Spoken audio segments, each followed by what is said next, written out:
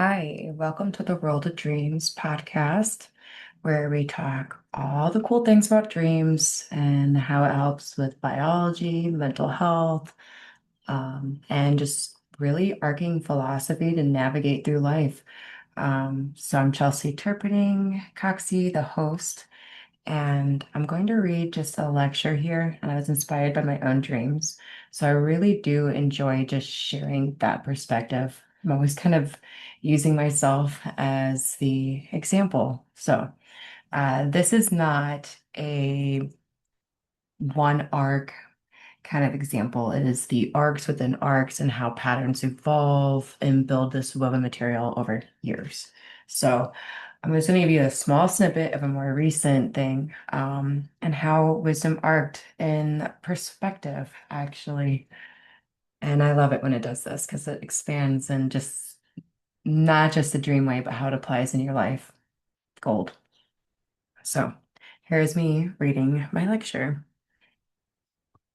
I want to tell you about a dream I had recently and what it taught me about something I didn't even know I was still learning. My mom died in the dream, had been dead for about a week, and nobody knew how to reach me to tell me. I was at her house sorting through things, trying to understand what happened. And then inside the dream, I had another dream, and one inside the other, and in it, she reached for me. She turned grotesque, warped, something dark and strange guarding the black void where she opened up her womanhood to show me. The energy felt a little off, wild, chaotic. I wouldn't say good or bad. I woke up from that inner dream, still inside the outer one, and I knew she'd reach me from somewhere. It was confusing. My ego couldn't hold what it had meant yet. Just chaos and a feeling that sat heavy in my stomach for the rest of the day. Here's what I had done with that image, and honestly, what it might have done with it a few years ago. She decided she was the monster and filed it away as proof. My mind did. Confirmation of every hard thing that had ever passed between us. The fighting, the disappointment, the ways we've hurt each other as mother and daughter. That would have been the easy read. Dreams hand you these vivid, undeniable images, and it's so tempting to take them literally, to let a symbol stand in for a whole in a complicated person. But here's what I actually landed on. A little while after sitting with it, this grotesque image might have been my own perspective landing on her. Not the whole truth of who she is in real life. Not the completeness she's capable of holding in her own identity. Just the shape my hurt gave her in a particular moment from that particular angle. I think this is one of the things dreams are just powerfully good at, if you let them be. They don't need things to resolve into simple categories the way your waking mind does. Your conscious mind wants guy, bad guy, safe or dangerous, someone to root for someone to blame. Dreams don't care about the tidiness. A figure could be loving and terrifying in the very same scene, and your subconscious doesn't blink at the contradiction. It just shows you both at once and trusts you to hold it. That's not a flaw in how dreams work. I think it might be the whole point. Waking life is where we practice sorting people into columns. Dreams are where we get to get shown over and over that those columns were always too small. A new philosophy is what I call it. Here's the phrase I kept coming back to, because I think it's the whole thing, really. And she holds the many, and I hold the many. My mom is not one fixed woman I can file under a single word. She's capable of real harm and real love, sometimes in the very same conversation. And I'm not one fixed daughter either. I carry real anger towards her, real love, and real grief about the space between us. All at once, none of them canceling the others out. I think I've wanted to release seeing her as a monster for some time because it's heavy to carry that image. And underneath that wanting, there's a real fear too, that the relationship stays broken.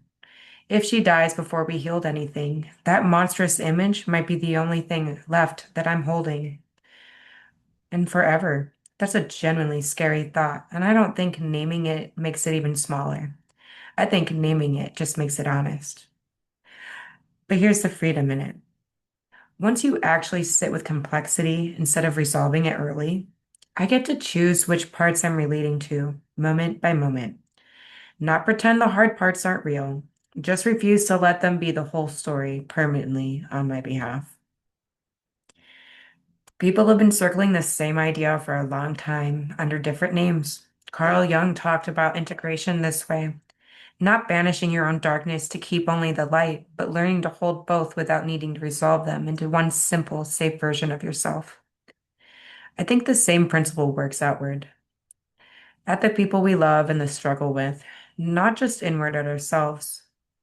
Holding someone's full complexity, their capability to hurt you, and the capacity to hold you. It's its own kind of integration, just aimed at a relationship instead of self. I don't think insight like this is just nice feeling to have and to move on from. I think it's the first domino in a real chain. Perspective changes first. You see the full picture, the way I did with the dream once I stopped taking the grotesque image of the whole verdict. Belief comes next, slowly, not always in a straight line. And it eventually, action changes too. And the whole shape of the relationship starts to shift. Not because the hard history disappeared, but because you're finally relating to the actual whole person instead of the flattened version fear built. And it doesn't stop with just you in one relationship either. This ripples. In my case, it's not just me and my mom anymore, it's my whole family shape.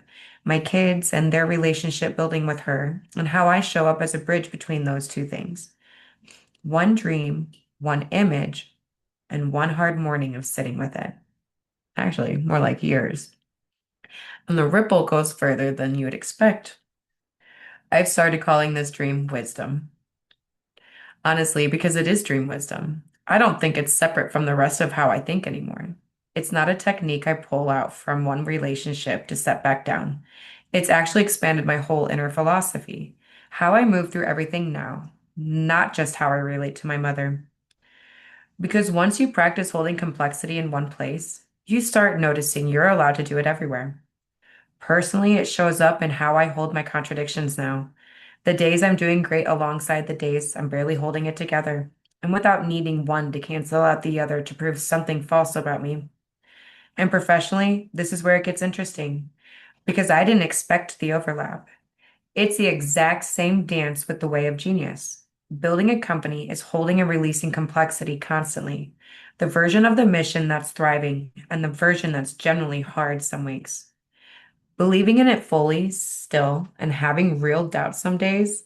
I used to think thriving in the version that's generally hard. I used to think I had to resolve that down to one clear feeling before I could keep going. Turns out I don't, and just have to hold on to the many the same way learning with her. That's really the gift underneath all of this, I think. This isn't just a nicer way to relate to one difficult relationship. It's a philosophy that's let me move better across every pillar of my life. The personal work, the company, the parenting, all of it. Because none of it ever needed to be simple to be real. I don't think the dream needed to spell out anything more than it did. Sometimes growth isn't a decoding more imagery. It is more in the moment, right after you wake up, when you catch your own perspective as a perspective, not as a fact, not as the whole truth, just as the angle you happen to be standing at. That's the real skill dreams have quietly been training, and probably in you too, whether you've noticed it or not. Not resolving people in simple stories, learning to hold the many, theirs and your own, and at the very same time, it makes life move. Thank you.